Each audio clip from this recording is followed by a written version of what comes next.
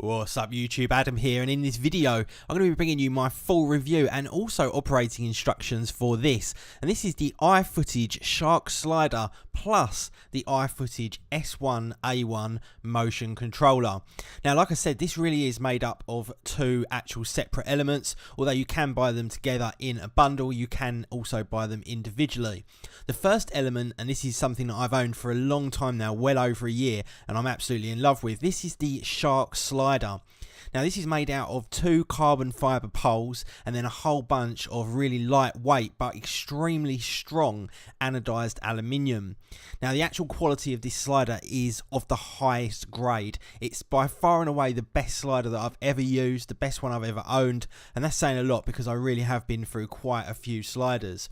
Every last detail on this is absolutely exquisite. It looks divine. All of the anodized red aluminium mixed up with the black really does look quite incredible, and it's not just about the aesthetics. This thing, in terms of practical sense, is the smoothest slider you will ever find. Now it's also very robust, and because of these carbon fibre tubes, if you have any kind of grit that gets underneath it and damages it, for example, or maybe you damage it in transport, you can easily go out and get yourself some new poles for a very low price, and you've almost got yourself a brand new slider again.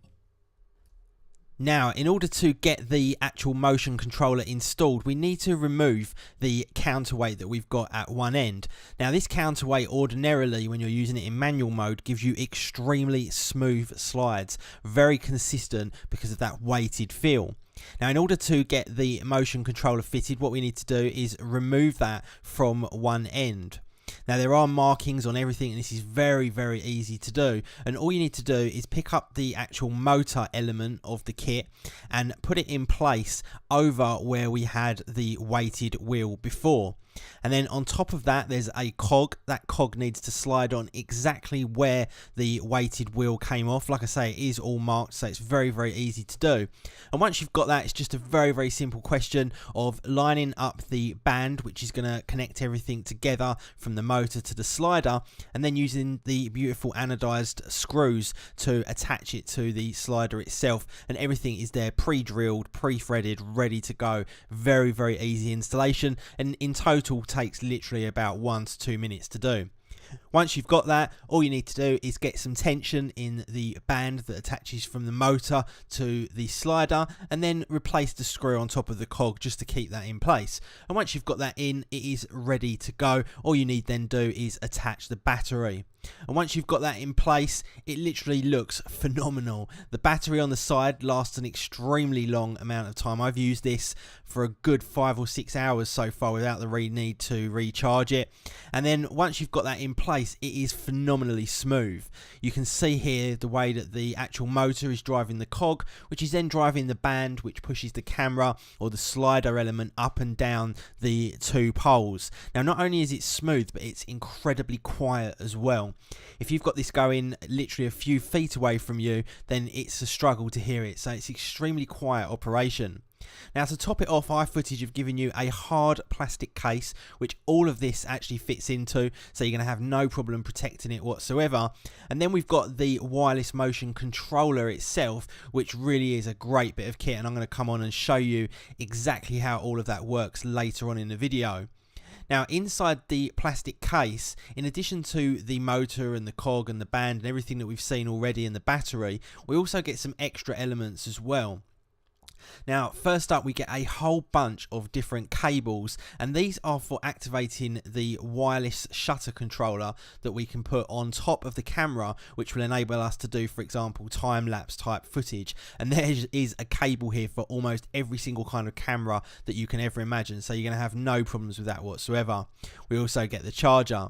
Now the actual wireless trigger that sits on top of the camera plugs directly in with the relative cable like we saw earlier, and from there you can turn it on and it connects directly up to the wireless motion controller, and everything on this is controlled via this controller.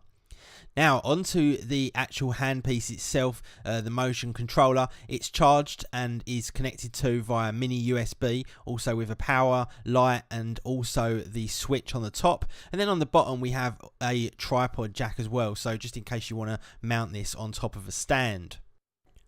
Now, once you've got yourself all connected up and you're ready to go, there is a small instruction leaflet that comes with it, and that gives you some of the base instructions as to how to use this.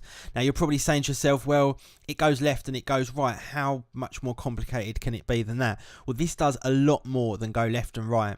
This will do fully programmed time lapses based around shutter count, or also the actual time period that you'd like to do it over, and a whole lot more as well. There's a whole range of speeds that you can enable. You can do a real incredible amount of things with the A1 S1 slider, and I'll give you an example of that later on in the video. Now, I am going to include full operating instructions after this segment here, so if you do want to see exactly how it works with the motion controller handset, then please do hang around for that. For those of you that don't and just want my opinion on the A1 S1, I'm going to give it to you now. It really is by far and away one of the best bits of kit that I've actually owned. The slider itself that I've owned for a long time has been definitely, like I say, one of my favourite items that I own, and practicality, actual functionality, everything about it has been sublime. The smoothness of it, the build quality, everything about it just absolutely oozes premium, and I really do enjoy those kind of products. Now, when you add the wireless motion controller to that incredible slider, it adds even more functionality and flexibility, and also actual confidence in the slides that you're going to give, meaning that you're going to get more of a premium output to your videos. Now, when you operate the slider itself, obviously the slides can be absolutely perfect. They can be timed down to the closest millimeter per second, so you are going to get the finest results that you possibly can. And for all of those reasons together, I would rate this as a complete kit the best bit of actual photography or videography equipment that I own, and I would highly recommend it to anybody. Now, onto the operating instructions. It does come with an instruction leaflet, so that will give you all of the basics to get yourself up and running. And like I say, this is an extremely simple unit to use, but for the more in-depth stuff, it's well worth watching through this. Now, to navigate your way around the operating system, you use the left joystick, and then to click on an item, you use the right joystick. There's also some dials as well at the top of the unit that are used for adjusting certain things. And the first thing we need to do when we get this up and running is go into the settings and define the actual length of the slider that we want to utilize. We don't want it going all the way to the end and banging into the butt units, because it's going to be horrible. It's going to sound nasty, it's going to look nasty, and it's just going to be overall unattractive.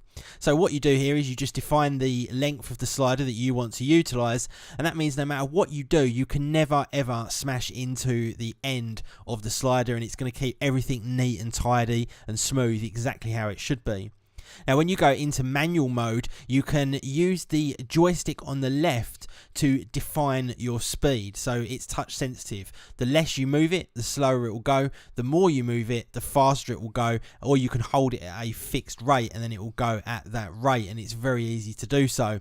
Or you can use the dial on the top to predefine an exact fixed speed, which means that it will go at a certain number of millimeters per second, and it won't go outside of that, above or below it, regardless of whether you're pushing the joypad all the way across to the end or whether you're just touching it a little bit. It will always stick to that particular speed, and it's very easy to adjust using the dial on the top. Now, in addition to this, what we've also got is we've got some dampening functionality as well. So down at the bottom there, we've got damp 0, and this goes all the way through to damp 3. And what that means is that when the slide comes to the end, not the end of the slider, but to the end of your actual slide, it will do a dampening at the end. 3 being the most amount of dampening, which can overrun quite a lot, or 0 almost stopping immediately.